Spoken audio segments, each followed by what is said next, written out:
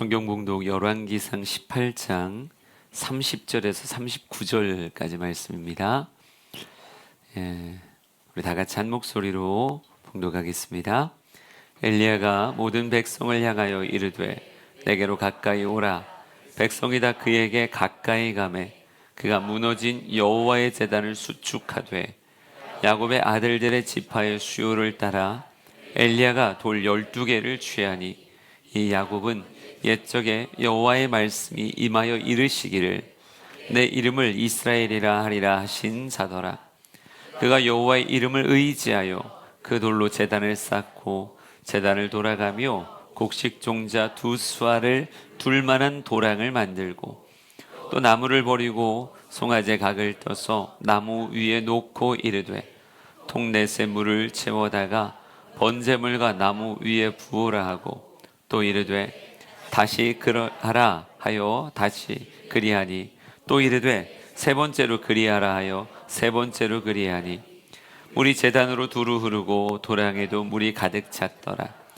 저녁 소재 드릴 때에 이르러 선지자 엘리야가 나아가서 말하되 아브라함과 이삭과 이스라엘의 하나님 여호와여 주께서 이스라엘 중에서 하나님이신 것과 내가 주의 종인 것과 내가 주의 말씀대로 이 모든 일을 행하는 것을 오늘 알게 하옵소서. 여호와여 내게 응답하옵소서. 내게 응답하옵소서. 이 백성에게 주 여호와는 하나님이신 것과 주는 그들의 마음을 되돌이키심을 알게 하옵소서 하매 이에 여호와의 불이 내려서 번제물과 나무와 돌과 흙을 태우고 또 도랑의 물을 핥은지라. 모든 백성이 보고 엎드려 말하되 여호와 그는 하나님이시로다. 여호와 그는 하나님이시로다 하니. 아멘. 오늘은 엘리야 7번째 시간으로요 여호와의 제단에 임한 불이라고 하는 제목으로 말씀을 전하려고 합니다. 갈멜산에 수많은 사람들이 모여 있습니다. 엘리야도 있지만 오히려 엘리야 반대편에 더 많은 사람들, 아합과 그리고 그의 곁에 바알과 아세라의 선지자들, 바알의 선지자들이 주도적으로 기록되어져 있지만 아세라의 선지자들도 같이 왔을 것 같아요. 850명의 바알과 아세라의 선지자들이 있고요, 그들에게 기대고 그들에게 마음을 준 수많은 지지자들이 그 곁에 있을 겁니다. 그것을 바라보며 머뭇거리는 수많은 백성들 역시 갈멜산에 가득 올라와 지금 이 장면을 흥미진진하게 바라보고 있어요. 그들이 과연 그곳에서 무엇을 하려고 하는 걸까요? 뜻없이 모인 것이 아니라 아주 중요한, 과연 누가 참 하나님인가? 너희들이 말하는 바알과 아세라가 이 땅을 통치하는 하나님인가? 아니면 여호와 그분이 이 땅을 통치하는 참 하나님인가를 가르는 엄청나게 중요한 영적 대결이 이 갈멜산에서 벌어지기에 그들은 지금 그곳에 모여 있는 겁니다. 말씀을 통해 만나봅니다. 열왕기상 18장 23절 24절입니다. 시작.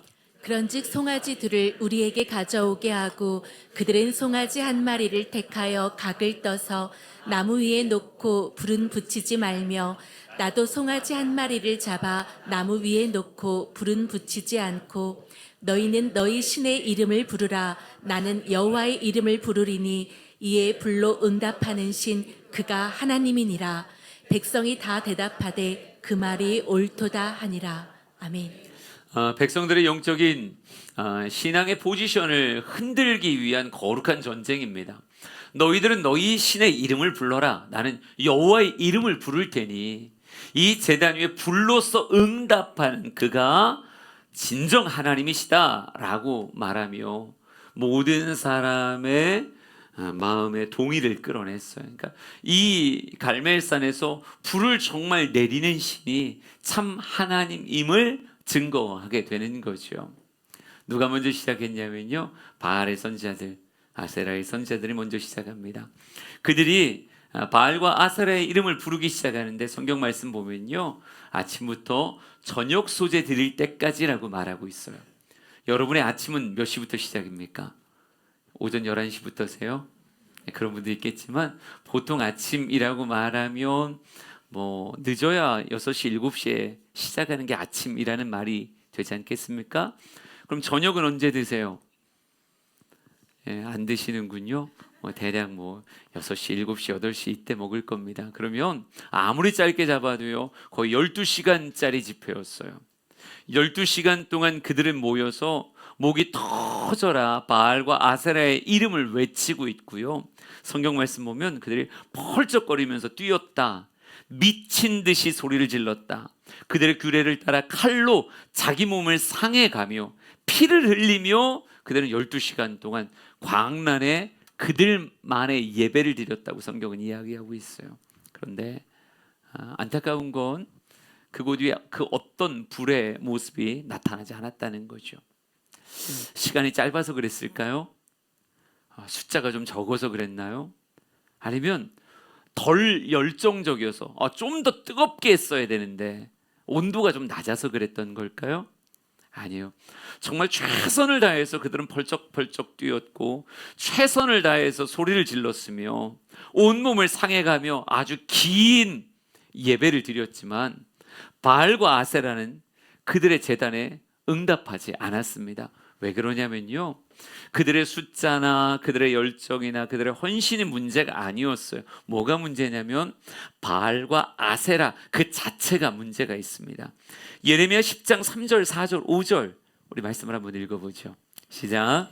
여러 나라의 풍습은 헛된 것이니 삼림에서 벤 나무요 기술공의 두 손이 도끼로 만든 것이라. 그들이 은과 금으로 그것에 꾸미고 못과 장도리로 그것을 든든히 하여 흔들리지 않게 하나니 그것이 둥근 기둥 같아서 말도 못하며 걸어다니지도 못하므로 사람이 메어야 하느니라. 그것이 그들에게 화를 주거나 복을 주지 못하나니 너희는 두려워하지 말라 하셨느니라. 아멘. 여러 나라의 신들을 만들어 놓고 그것을 예배하는 모습에 대해서 성경 말합니다. 헛된 것이다. 왜냐하면 고작해야 아무리 그럴듯하게 만들어졌어도 산림에서 베어낸 나무 토막이고 기술 좋은 장인들이 도끼를 가지고 기술공의 손으로 만든 것밖에 되지 않는다. 그러니 그들이 은과 금으로 그것을 꾸미고 못과 장도리로 그것을 든든하게 하여 흔들리지 않게 한 것이다. 이렇게 말해요. 이제 단풍 구경 가시다 보면 너무 자연스럽게 이런저런 사찰 구경하실 수도 있습니다. 구경하세요. 괜찮습니다. 근데 들어갈 때 보면 4대 천왕 같은 거 있잖아요. 아주 그럴듯하게, 아주 때로는 무섭게 보이기도 하고 뭔가 굉장히 역동적으로 보이기도 한 그런 조각품들이 있는 걸 여러분 보실 거예요. 언뜻 보면 마음 안에 뭔가 일을 할 수 있을 것 같은 이런 생각이 들기도 하는 게 사실입니다. 하지만 여러분, 그것이 과연 정말 우리에게 화를 주거나 복을 줄 수 있을까요? 성경은 그렇게 말하고 있지 않아요. 그건 고작 둥근 기둥 같아서 말도 못하고 걸어다니지도 못하기에 사람이 메어야 하느니라 라고 이렇게 말하고 있습니다. 그것이 그 자리에 서 있기 위해서 자신의 발로 움직인 게 아니라 사람이 들고 사람이 거기다 세워놓고 그것을 고정하기 위한 참 많은 일들을 해서 사람이 고정시켜 놓은 어찌 보면 조각품 같은 것이 그들이 섬기는 우상이라고 말할 수 있어요. 그러니까 성경은 말합니다. 그것이 화를 주지도 못하고 복을 주지도 못한다. 너무 당연하게 아무리 많은 사람이 광란적으로 예배 행태를 보인다고 해서 바알과 아세라가 그들에게 불로서 화답할 수 있는가? 당연히 그렇지 못하죠. 예레미야 10장 14절 한 번만 더 읽어볼게요. 조금 밑에 있는 말씀입니다. 시작. 사람마다 어리석고 무식하도다. 은장이마다 자기의 조각한 신상으로 말미암아 수치를 당하나니 이는 그가 부어 만든 우상은 거짓 것이요 그 속에 생기가 없음이라. 아멘. 생기가 없는 우상을 열심히 부르며 그렇게 광란의 예배를 드렸으니 결국 그것을 통해서 뭐를 당하는 거예요? 수치를 당하는 거예요. 온몸에 힘이 다 빠졌고 목은 다 쉬었고 온몸에 피가 철철 나고 있는데도 아무런 역사를 이루지 못했으니 그것 자체가 그들의 수치죠. 사람들이 말하지 않았겠습니까? 어리석고 무식하도다 라고 하는 말, 성경에 그 말이 그대로 재현됐을 겁니다. 정말 오랜 시간 열심히 그들은 예배했지만 바알과 아사라의 제단엔 불이 떨어지지 않았어요. 그럼 반면 엘리야의 제단은 어떻게 됐을까요? 성경 말씀으로 확인하겠습니다. 18장 38절 39절입니다. 시작. 이에 여호와의 불이 내려서 번제물과 나무와 돌과 흙을 태우고 또 도랑에 물을 핥은지라. 모든 백성이 보고 엎드려 말하되 여호와 그는 하나님이시로다. 여호와 그는 하나님이시로다 하니. 아멘.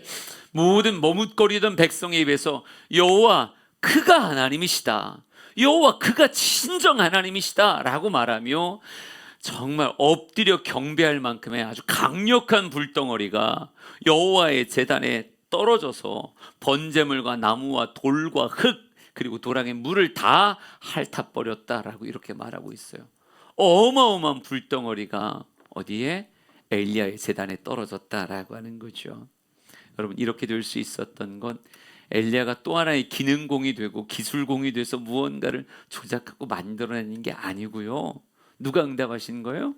하나님이, 살아계시고 역사하시는 그 하나님이 엘리야의 제단 위에 실제로 여호와의 불을 떨어뜨린 겁니다. 하나님은 응답하실 수 있는 분이세요.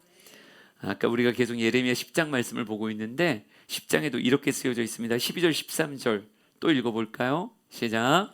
여호와께서 그의 권능으로 땅을 지으셨고 그의 지혜로 세계를 세우셨고 그의 명철로 하늘을 펴셨으며 그가 목소리를 내신즉 하늘에 많은 물이 생기나니 그는 땅 끝에서 구름이 오르게 하시며 비를 위하여 번개치게 하시며 그 곳간에서 바람을 내시거늘. 아멘. 아멘. 하나님은 우리가 보는 모든 이 땅의 피조물들을 다 만드신 창조주이시고 그 피조물들이 생명을 이어가고 이 모든 자연의 현상을 만들 수 있는 것도 하나님의 손 안에 있는 하나님이 섭리자이시기 때문에 그런 거예요. 그러니까 하나님이 목소리를 내시면 한순간에 하늘에 많은 물이 생기며 비가 내려지기도 하고요.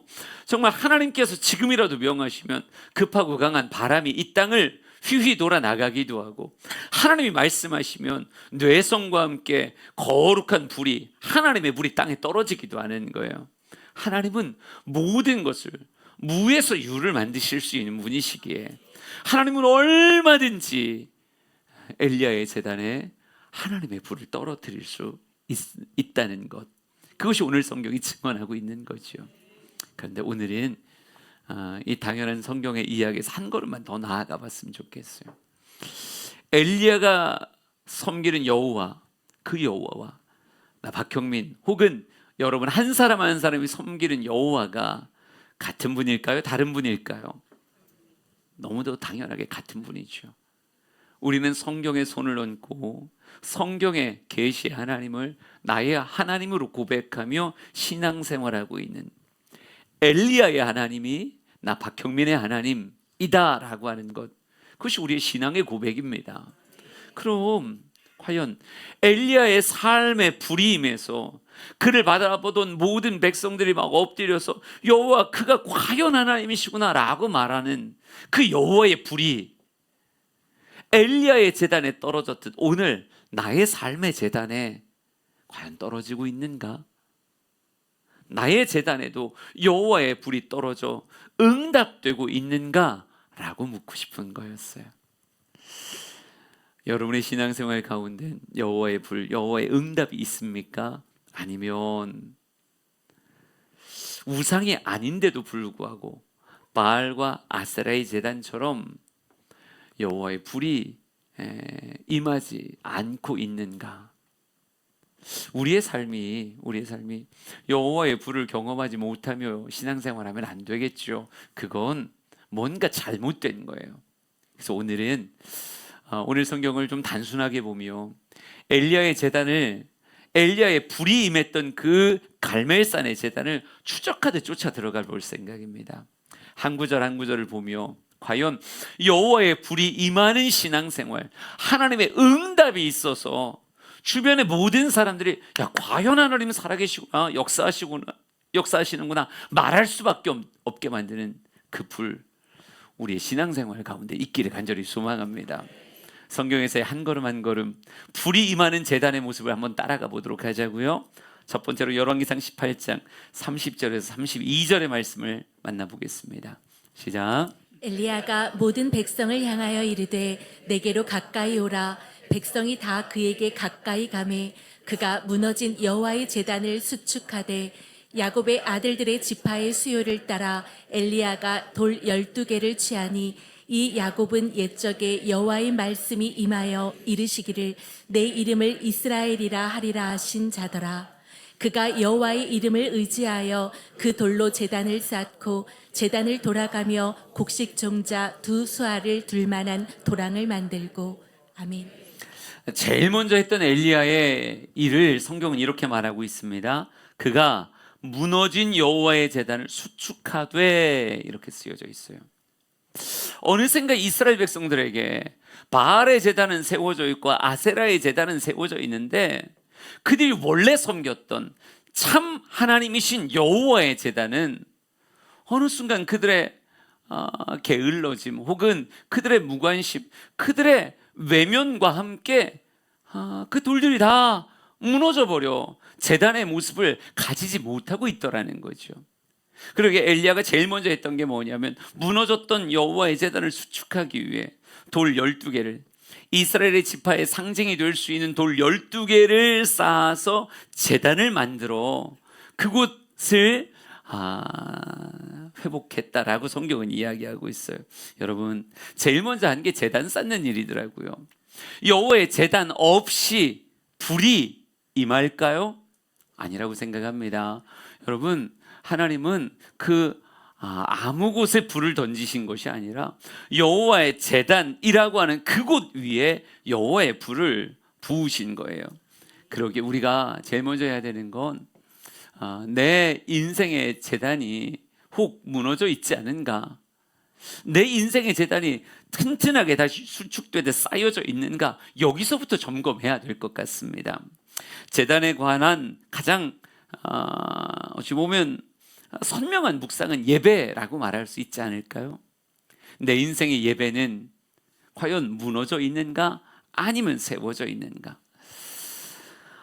예배의 단이 무너진 듯 초라해지는 그런 시대를 코로나 이후 살아가고 있는 것 같은 생각이 듭니다. 한국교회 부흥을 이끌었던 예배의 단들이 곳곳에서 무너지고 있더라고요. 주일 성수라고 하는 말이 우리 아버님 세대 신앙인들에게는 생명과도 같았어요. 주일을 성수하기 위해서 어디 여행 가는 것도 절제했었고요. 갔다가도 부지런히 교회로 돌아오려고 하는 그런 마음, 주일날만큼은 본교에서 예배를 드려야지, 이런 마음들이 진짜 강했었는데 요즘은 그런 마음들이 많이 흐려지고 꼭 주일에 가서 예배를 드려야 되는가? 온라인으로도 얼마든지 할 수 있지 않아? 이런 시대로 바뀌어지고 있습니다. 하루의 시작을 하나님 앞에 서 있길 원했던 새벽 예배가 곳곳에서 들불같이 있었는데 점점 새벽 예배를 사모하고 예배를 드리겠다라고 하는 다짐하는 사람들이 줄어드는 그런 시대를 지금 살아가고 있어요. 주중에도 하나님 앞에 기도하겠습니다라고 말하며 수요 기도회, 때로는 금요 철야 예배를 통해 하나님과 깊이 오랜 시간 교제하려고 하는 그런 몸부림들이 있었었는데, 참 안타까운 건 이게 먼 타국의 이야기뿐 아니라 우리나라 안에서도 점점 수요 예배가 사라지고 금요 예배가 사라지고 있는 현상을 우리가 마주하고 있다는 거죠. 제가 저희 딸 대학 보내면서 금요일 날은 반드시 교회로 돌아와라, 이게 조건이었거든요. 근데 문제가 수요일이더라고요. 늘 예배하는 사람으로 양육했고 그렇게 키워왔는데 수요일 날 그래도 가까운 곳에 가서 현장 예배를 드려야 된다, 주변 교회를 한번 쭉 돌아보렴이라고 말했을 때 당황스러운 회답이 뭐였냐면, 아빠, 수요 예배 드리는 교회가 없던데? 라는 말이었어요. 이곳저곳 수요일 날 가봐도 교회 문이 닫혀 있는 곳 혹은 예배가 없는 곳이 굉장히 많더라는 거죠. 근데 이게 서울만의 분위기가 아니라 점점 내려오고 있다는 거예요. 수요 금요 중에 하나만 드리는 교회들도 굉장히 많아졌고 아예 주중 예배가 없어지고 있는 교회들이 많아지고 있습니다. 주일 한 번 예배 드리면 그냥 온전하게 예배 생활하고 있다라고 생각하는 그런 사람들이 많아지고 있다는 거죠. 있는 소그룹에 소그룹들이 있는 곳에서, 가정에서, 또 다른 모임 장소에서 정말 예배로 세워가던 속회, 구역, 목장, 다양한 이름으로 드려지던 소그룹 예배들이 점차 사라지고, 가정에서 가족들이 함께 모여 또 함께 예배했던 그런 예배들이 사라지고 있는 예배 해체의 시대를 살아가고 있는 것 같아요. 코로나라고 하는 참 힘들고 어려웠던 기간을 보내면서 예배라고 하는 것이 참 많이 무너진, 일주일에 2번, 3번 예배 드리는 게 당연했던 사람들이 예배 자리에서 한 걸음 한 걸음 물러가 예배의 돌이 떨어져 나가는, 수요 예배의 돌이 떨어져 나가고, 금요 예배가 떨어져 나가고, 새벽 예배가 떨어져 나가고, 이젠 주일 예배조차도 오늘은 온라인으로 드리지 뭐 라고 말하며, 이것도 예배로 이미 공인됐잖아 말하며 현장을 멀리하는 사람들이 점점 많아지기 시작했다는 거예요. 여러분, 예배라고 하는 것이 하나님이 역사하실 수 있는 제단의 가장 기본일지인데, 과연 나는 12돌의 제단을 가지고 있는지, 아니면 이렇게 저렇게 수많은 이유들로 허물어진 제단을 갖고 있는지. 저는 우리 사랑하는 성도들이 나는 하나님 앞에 예배합니다, 내 목소리를 드리고 내 힘과 정성을 쏟아 예배합니다라고 하는 예배의 단들이 여러분의 삶에 점차 세워지게 되길. 하나님이 역사하시기 위한 기본의 조건이 제단이 무너지면 안 된다는 거였어요. 그러니 여호와의 불이 쏟아지기 전에 먼저 무너진 제단을 수축하라. 이게 엘리야에게 임한 하나님의 명령이었다는 사실을 기억하셨으면 좋겠습니다. 역대상 16장 28절 29절 말씀 한번 읽어볼까요? 시작. 여러 나라의 종족들아 영광과 권능을 여호와께 돌릴지어다. 여호와께 돌릴지어다. 여호와의 이름에 합당한 영광을 그에게 돌릴지어다. 제물을 들고 그 앞에 들어갈지어다. 아름답고 거룩한 것으로 여호와께 경배할지어다. 아멘. 여호와의 이름에 합당한 영광을 그에게 돌릴지어다. 전 이 한 줄이 가슴에 되게 크게 다가오더라고요. 나의 예배가 나에게 찾아오신 주님에 대한 합당한 영광을 담고 있는지, 아니면 그렇지 못하는지. 물론 우리의 제단을 다 똑같은 규격의 똑같은 모습으로 통일할 수는 없다고 생각합니다. 사람마다 삶의 자리가 다를 수 있거든요. 우리가 40일을 놓고 봐도 그렇잖아요. 우리가 번제라고 하는 제사를 보면 소를 드리기도 하고요, 양이나 염소를 드리기도 하고 비둘기를 드리기도 합니다. 그런데 제물은 다 다르지만요, 제물에 대한 하나님의 감탄사는 똑같아요. 뭔지 아세요? 향기로운 냄새더라 라고 하는 거예요. 향기로운 냄새. 하나님은 소를 태워 드릴 때만 향기롭다 이렇게 말씀하지 않고요, 비둘기를 태워 드릴 때도 하나님은 참 향기롭다라고 말씀하시는 분이세요. 그런데 누가 소를 드리고 누군가가 비둘기를 드릴 때 이게 진짜 향기로운 냄새가 되려면 2가지의 조건이 맞아야 됩니다. 누가 소를 드리는지 혹시 우리 말씀 열심히 배웠던 사람들이니까 어떤 사람이 소를 드려야 될까요? 2가지 조건이 있는데 뭘까요?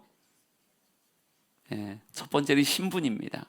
방금 제사장 뭐 이렇게 말씀하는 거 보니까 첫 번째는 신분이고요, 2번째는 경제력이에요. 삶의 형편이 소를 드릴 것인가, 염소를 드릴 것인가, 비둘기를 드릴 것인가 라고 하는 것에 대한 구분이 됩니다. 그러니 나의 신분을 따라 나의 형편으로 비둘기를 드린다고 이야기하면 하나님께서 뭐라고 말씀하세요? 너무 향기로운 냄새다, 난 너의 비둘기 너무 행복하다라고 말할 거예요. 그런데 여러분, 소를 드려야 되는 사람이 비둘기를 드렸을 때도 똑같이 향기롭다라고 말할 수 있을까요? 저는 목사입니다. 목사는 신분에 있어서 뭘 드려야 될까요? 너무 당연하게 소를 드려야죠. 제가 양을 드리면 안 되는 거예요. 저는 소를 드려야 되는 거예요. 더군다나 신분도 그러하지만 모두 그래요. 삶의 형편도 저는 하나님 앞에 소를 드릴 수 있는 형편이에요. 40일이 시작되면 저의 모든 일정은 이것 하나로 귀결됩니다. 다른 거 어떤 일이 없어요. 그러면 너무 당연하게 전 40일을 개근을 해야 될까요? 안 해야 될까요? 저는 개근을 할 생각입니다. 물론 치열하게 싸워야 되겠지만 그래도 다리가 부러지는 한이 있어도 개근을 할 생각이고, 감기에 걸려도 개근을 할 생각이에요. 저는 신분과 삶의 환경이 소를 들을 수 있는 사람이니까요. 이걸 여러분에게 모두 제단의 규격은 똑같습니다 라고 여러분에게 말할 수는 없습니다. 하지만 여러분도 하나님께서 허락하신 삶의 직분이, 삶의 신분이 소를 드려야 하나님 기뻐하시는 사람들이 이 가운데 있다는 거예요. 그런 사람들은 구별을 통해 소를 드려야지, 내가 비둘기로 내려가면 안 되는 거죠. 또 삶의 형편이 소를 드릴 수 있는 형편의 사람이라고 한다면 소를 드려야지, 내가 그냥 비둘기 드리면 말이 안 되는 거예요. 이런 표현이 여러분에게 낯설다면 여러분이 부모가 돼서 명절에 자녀들 왔던가 한번 생각해 보세요. 명절이 돼서 자녀들이 인사하러 옵니다. 근데 그 중에 한 아들은 아주 부자 아들이 있어요. 탈 때도 그냥 엄청 큰 외제차를 타고 다니고, 그리고 집이 한 75평, 집이 75평에 외제차를 타고 다니고, 아주 씀씀이를 보면 그냥 날마다 맛있는 거 먹는 것 같은 그런 부유한 아들이 있다고 생각하자고요. 그 아들이 명절이 돼서 어머님한테, 아버님한테 인사하러 왔어요. 명절 잘 보내세요라고 하더니 선물을 딱 내려놓는데 꽃감 한 상자를 놓고 갔어요. 어머니 꽃감 좋아하시죠? 그리고 꽃감 한 상자 놓고 갔어요. 여러분 어떻게 해야 되는 거예요? 꽃감 다 뒤집어 봐야 되는 거예요. 뭐 들어있을 것 같은데. 근데 아무리 찾아도 거기 아무것도 없어요. 그러면 여러분 향기롭다 이렇게 말하실래요? 섭섭함 들어오실래요? 섭섭해야죠. 이게 너무 당연한 거예요. 그런데 또 다른 자녀가 하나 있다고 생각하자고요. 여러분 코로나 이후에 자영업자들이 정말 힘들어요. 며칠 전에 다큐를 하나 보는데 자영업자의 하루의 삶을 이렇게 쭉 추적하면서 원에서 투잡, 쓰리잡을 뛰는 게 아니더라고요. 이거 하나만 가지고는 가족을 보필할 수가 없는 거예요. 그러니까 아내는 아내대로 일하고 남편은 남편대로 일하는데 낮에 자기의 직장에서 일할 뿐 아니라 밤에 또 배달업을 하고 뭐 이런 업들을 하며 정말 자는 시간 줄여가면서 그렇게 하더라고요. 근데 너털 웃으면서 안 힘드세요라고 물으니까 어떻게 해요? 해야 되는데 하고 내가 버텨야 되는데.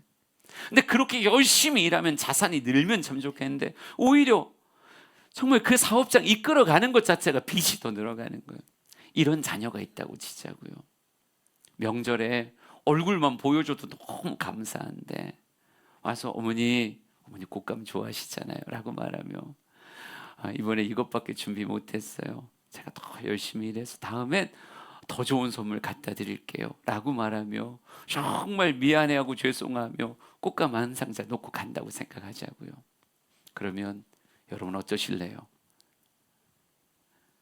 아마 그럴 것 같아요. 꽃감 하나 먹으며 그를 위해서 1시간 기도하고, 꽃감 하나 먹고 1시간 위해서 기도하고, 정말 그 아이를 내가 기도로 섬기겠다라고 하는 마음 가지고 어머니 마음에 눈물 삼키며 하나 낭비하지 않고 버리지 않고 그 맛을 음미해가며 먹지 않겠습니까? 왜요? 향기로우니까요. 향기로우니까. 저는 우리가 주님 앞에 나아갈 때 과연 나의 예배의 제단이 어떤 모습인가 돌아보셨으면 좋겠어요. 어느 순간 신분도 그리고 삶의 형편도 그러한데 나의 게으름이 혹은 나의 무심함이 이런저런 예배의 돌들을 하나하나 다 빼버리고, 그리고 그래도 이 돌 하나는 있잖아요 라고 하는 말로 자신을 항변하고 있는지. 우리가 응답기도의 40일을 앞두고도 여러분 안에 과연 나는 소를 드릴 수 있는 사람인가, 양념소를 드릴 수 있는 사람인가, 비둘기를 드릴 수 있는 사람인가, 아니 속죄제까지 가면 고운 가루도 괜찮아요. 고운 가루 드릴 수 있는 사람인가. 과연 여러분은 어떤 예배의 단을 쌓으며 주님 앞에 나아가시겠습니까? 저는 우리 사랑하는 성도들이 자신의 삶을 돌아보며 내가 드릴 수 있는 내 삶의 분량에서 뒤로 물러서지 않았으면 좋겠어요. 옆 사람에게 물어보세요. 어떤 거 드릴 건지, 소 드릴 건지, 양념소 드릴 건지. 비둘기 드릴 건지. 여러분의 표정이 너무 무섭기 때문에 차마 말로 물어보진 않겠습니다. 일부 예배 때 막 물어봤거든요. 뭐 드릴 거냐고. 이현화 사모 뭐 드릴 겁니까? 소를 안 드리기만 해봐요. 우리는 같이 개근할 것 같은 생각이 듭니다. 최선을 다해서 개근을 해볼 테니까 여러분도 여러분의 삶의 고백에서 절대 물러나지 않는 우리 반주자는 뭐 드릴 거예요? 소 드릴 거예요? 진짜요? 박수 쳐주세요. 나는 오전에 물어봤는데 비둘기라 그래가지고 역시 반주자가 1부, 2부 예배에 이게 레벨이 다른 거예요. 1부는 비둘기 그랬는데 2부는 소.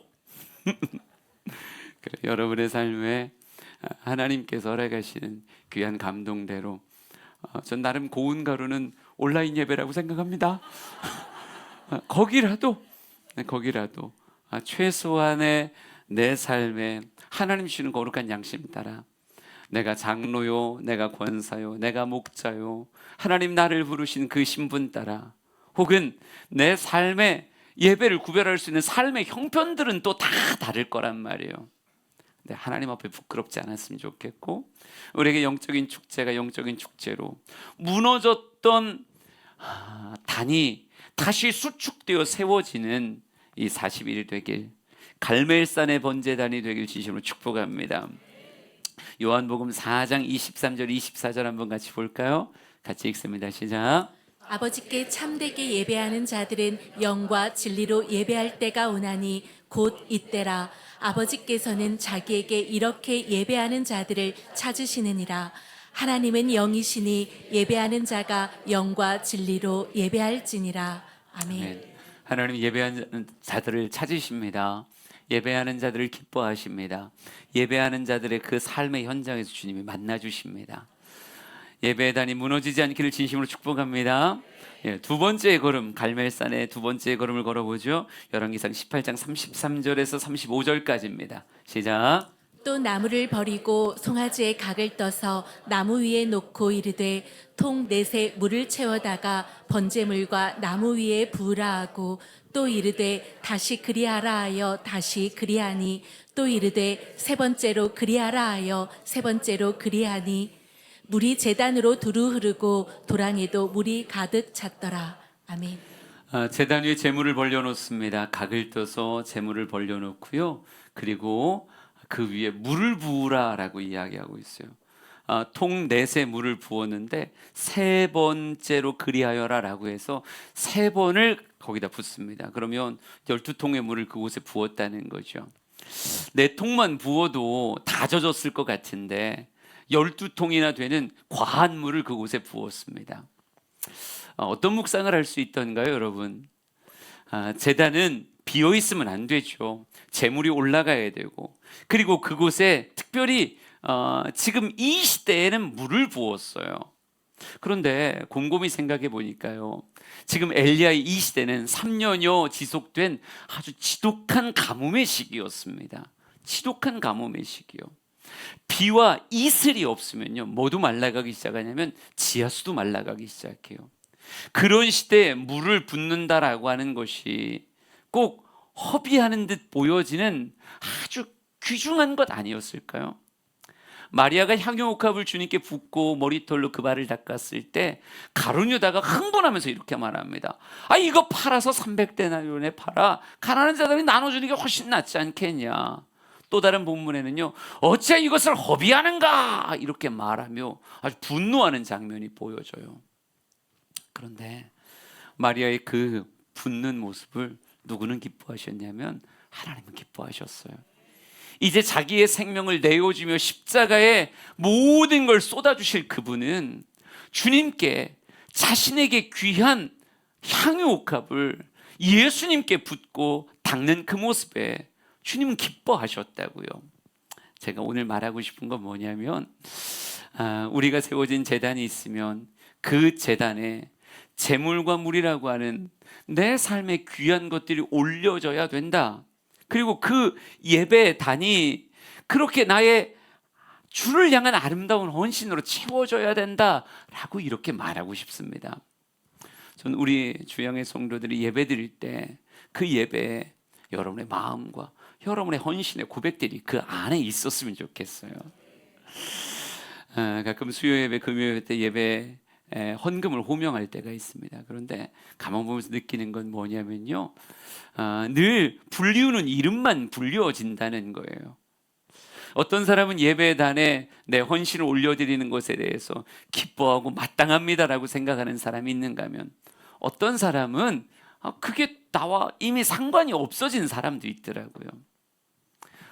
늘 얘기하지만 분량은 다 똑같지 않아요? 하지만 저는 여러분이 나의 재단에 나의 헌신이 부어져야 되고 나의 헌신이 올려져야 된다라고 하는 생각을 여러분의 마음에 같이 공유할 수 있었으면 좋겠습니다. 그래서 소중한 마음으로 기도의 제목을 적고 하나님이 내게 주시는 말씀들을 적어가며, 때로는 일주일에 한 번 하나님 앞에 제물을 올려드리듯 하나님 앞에 내 마음의 고백을 표현할 줄 아는 모습 되었으면 좋겠어요.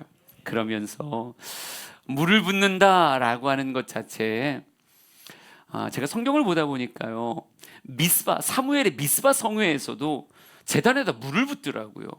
그래서 지난번 집회를 하면서 사람들한테 물어봤습니다. 우리가 여호와의 제단에 물을 붓는다면 도대체 우리가 기로 올려 부을 수 있는 물이 도대체 뭐겠는가? 라고 물었어요. 전 너무 당연하게 눈물이요, 땀이요, 이런 거 나올 줄 알았는데 한 사람이 앞에서 너무 크게 콧물이요 이렇게 콧물이래요. 그래서 물을 생각해보니까 콧물까지 나온 것 같긴 한데, 여러분, 콧물 흘리면서 예배하려면 최소한 사람 신경 쓰면 그렇게 못합니다. 오직 하나님만 바라봐야 콧물 흘리면서 예배할 수 있는 거예요. 네, 그 모습 보면서 그것도 귀하다는 생각했어요. 저는 우리 주양의 성도들의 예배가 건조하지 않았으면 좋겠습니다. 제가 설교자로서 수많은 회중들 앞에 서다 보니까 사람들의 표정이 보이고, 표정을 많이 보다 보면요, 그 안에 있는 마음도 보여질 때가 있어요. 근데 어느 사람은 분명히 단을 세우며 예배 자리에 섰지만 그 예배의 단에 아무것도 붙지 않아 너무 건조해진, 그 어떤 물의 기운도 없는 그런 사람들이 있더라고요. 찬양하지 않아요. 기도하지 않더라고요. 말씀에 관심이 없어요. 말씀을 들을 생각도 없고 그냥 그 시간을 앉아 있는 거죠. 하다못해 아이들은요, 심지어 핸드폰 보면서 설교 시간 보내는 사람들도 있고, 주보에 낙서하거나 뭔 공상을 하는지 그 표정이 분명히 말씀과는 전혀 상관없는 그런 표정과 모습으로 앉아 있는 사람들도 있더라고요. 여러분의 예배는 혹 건조해지지 않았는지 물어보고 싶습니다. 하나님이 역사하는 불을 던지는 제단은 촉촉히 젖어 있는 땀과 눈물의 그런 제단이라고 저는 믿습니다. 그러게 우리의 40일이 여러분의 눈물이 흐르는 40일 됐으면 좋겠고, 여러분의 땀이 흐르는 40일이 됐으면 좋겠어요. 한번 생각해 보시라고. 나는 언제 땀 흘리면서 예배했는지, 나는 언제 눈물 흘리면서 하나님 앞에 예배했었는지, 나의 하나님을 향한 예배의 제단은 촉촉히 젖어 있는지 아니면 너무 드라이하게 말라 있는지. 말라기 1장 7절 8절 말씀이 무겁고 무섭지만 그래도 한번 읽어봅시다. 시작. 나의 제단에 드리고도 말하기를 우리가 어떻게 주를 더럽게 하였나이까 하는도다. 이는 너희가 여호와의 식탁은 경멸히 여길 것이라 말하기 때문이라. 만군의 여호와가 이르노라. 너희가 눈먼 희생 제물을 바치는 것이 어찌 악하지 아니하며 저는 것 병든 것을 들이댄 것이 어찌 악하지 아니하냐. 이제 그것을 너희 총독에게 드려보라. 그가 너를 기뻐하겠으며 너를 받아주겠느냐. 아멘. 제단에 찾아오신 주님께서, 예배는 하나님의 기쁨이 되고 하나님이 그 제단에 찾아오시는데, 그 찾아오신 주님의 아픈 마음이 성경은 이렇게 표현하고 있어요. 더러운 떡이다, 저는 것, 병든 것이다 라고 이렇게 말하고 있어요. 왜? 너희가 여호와의 식탁은 경멸히 여길 것이라 말하기 때문이다. 하나님 앞에 예배하는 걸 너무 쉽게 말하고 표현한다는 거예요. 예배가 너무 가벼워졌어요. 내가 하고 싶은 모든 것들을 다 하면서 그저 남는 것 가지고 하나님 앞에 예배하려고 하고 있다고요. 우리 주양의 예배가 가볍지 않았으면 좋겠습니다. 여러분 한 사람 한 사람의 예배가 마르지 않았으면 좋겠고 거룩한 물이 과하게 부어지는 그런 갈멜산의 제단 되기를 축복합니다. 세 번째, 열왕기상 18장 36절 말씀도 한번 같이 봐볼까요? 세 번째 요소입니다. 시작. 저녁 소재 드릴 때 이르러 선지자 엘리야가 나아가서 말하되 아브라함과 이삭과 이스라엘의 하나님 여호와여, 주께서 이스라엘 중에서 하나님이신 것과 내가 주의 종인 것과 내가 주의 말씀대로 이 모든 일을 행하는 것을 오늘 알게 하옵소서. 아멘. 내가 주의 말씀대로 이 모든 일을 행하는 것을 오늘 알게 하옵소서 이렇게 말합니다. 여러분 그가 무너진 제단을 수축한 건 엘리야의 아이디어가 아니었고요. 무너진 제단을 수축하라 라고 하시는 하나님의 말씀을 듣고 말씀대로 행한 것이었어요. 통 넷에 물을 담아 붓되 3번을 그리하라 라고 하는 것도 엘리야의 아이디어가 아니라요, 하나님께서 엘리야의 마음에 주신 그 마음을 그의 삶으로 풀어낸 겁니다. 여러분 그는요 주의 말씀대로 이 모든 일을 행하고 있다라고 하는 거예요.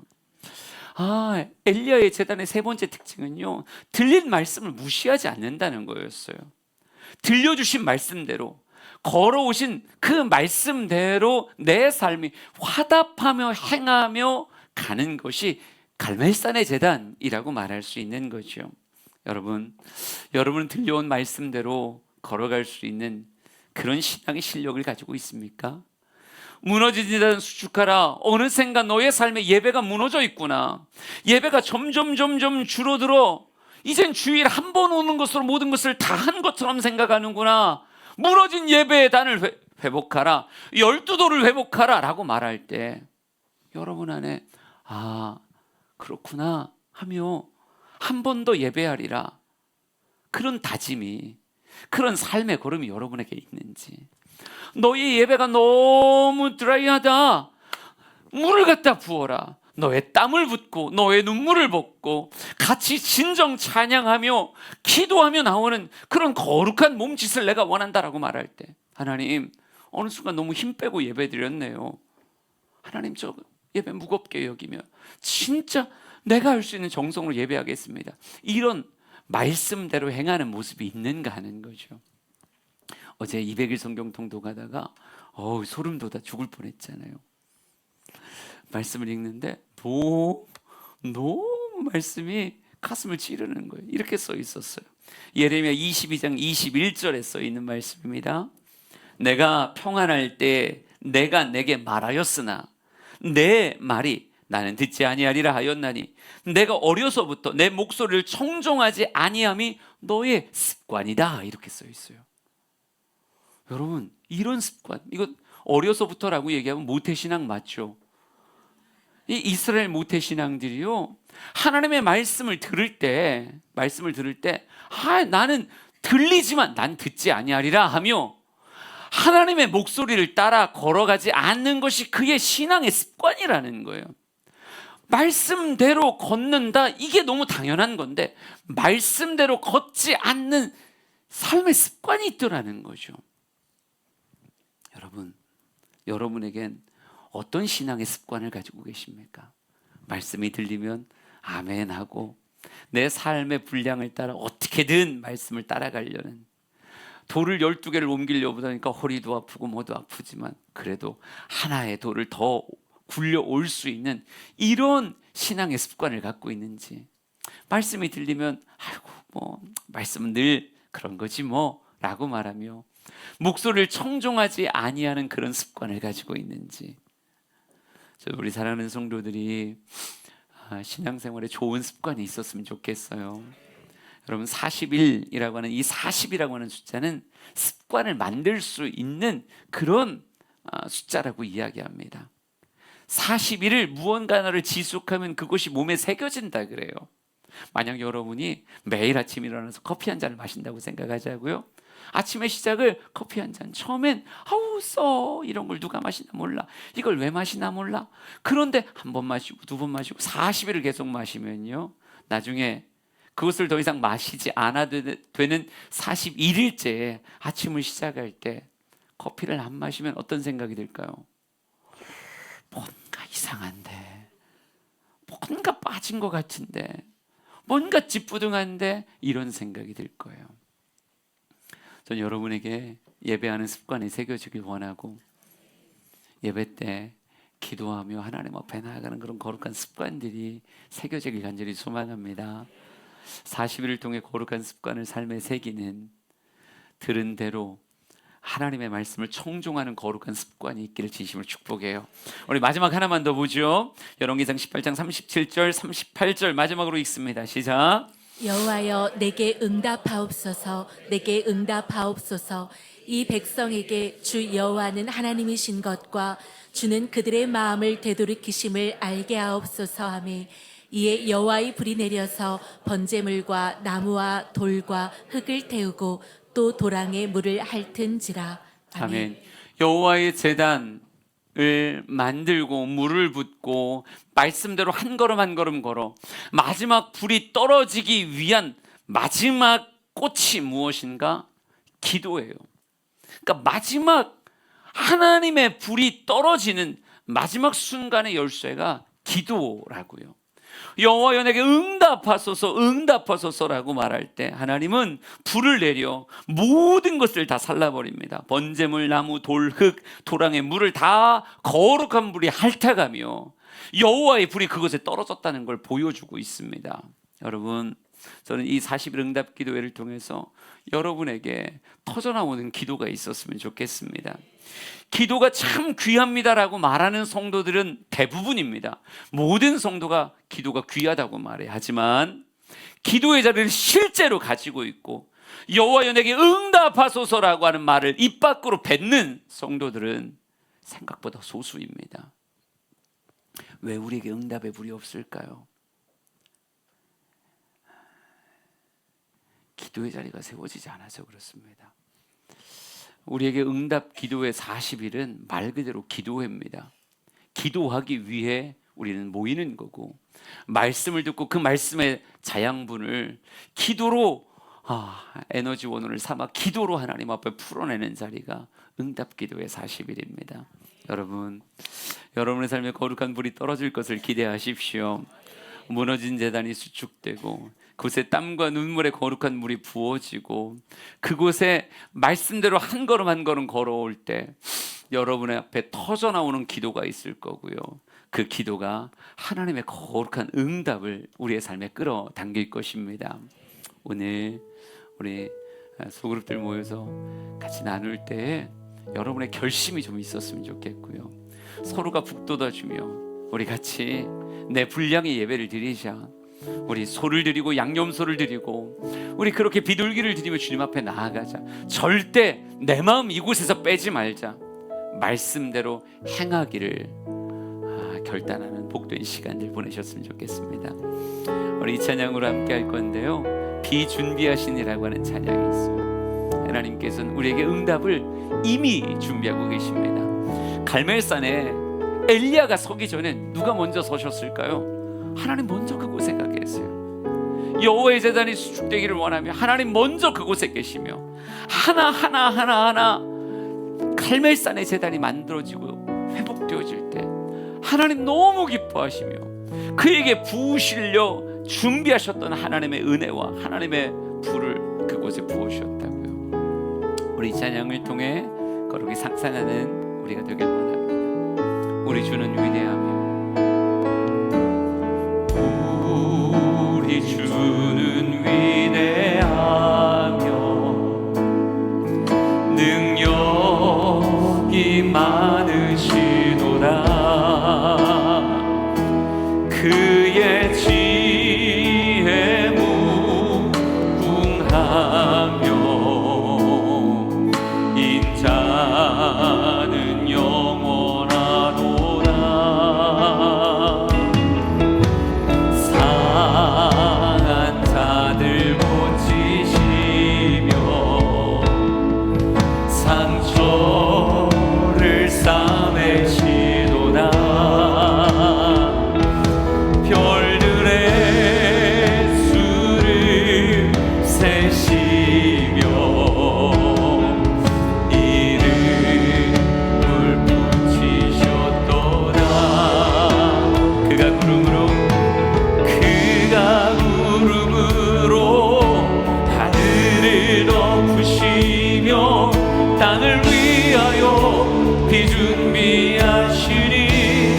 한번 그가 구름으로 하늘을 덮으시며 땅을 위하여 비 준비하시니 예루살렘아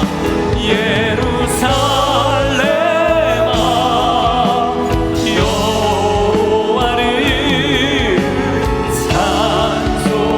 찬송할지어다 내 하나님을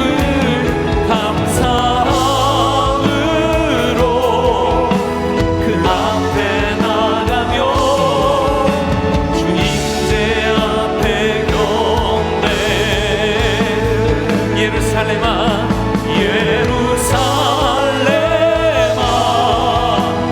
여호와를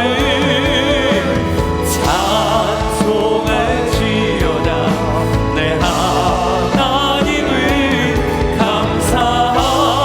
감사함으로 그 앞에 나가며 주 임재 앞에 우리 한 번만 더 선포합시다. 예루살렘아